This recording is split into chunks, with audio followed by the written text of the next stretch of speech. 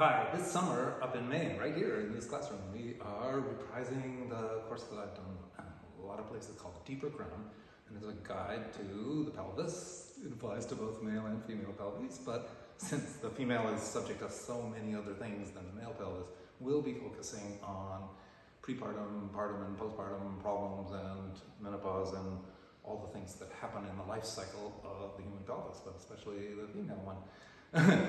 What's some old white guy telling you about the female pelvis? I don't know. Come along and listen to what we have to say and take what you want and use it.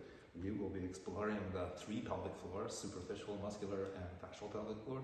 We'll be discussing all the muscles that run around the hip that interact with the pelvic floor and how the diaphragms, the pelvic diaphragm and the respiratory diaphragm, are held up on top of the pelvis. I hope you'll come and join us because it's a fun course, but we go in for the depth of the pelvis and we'll be treating all the deep muscles of the pelvis as well.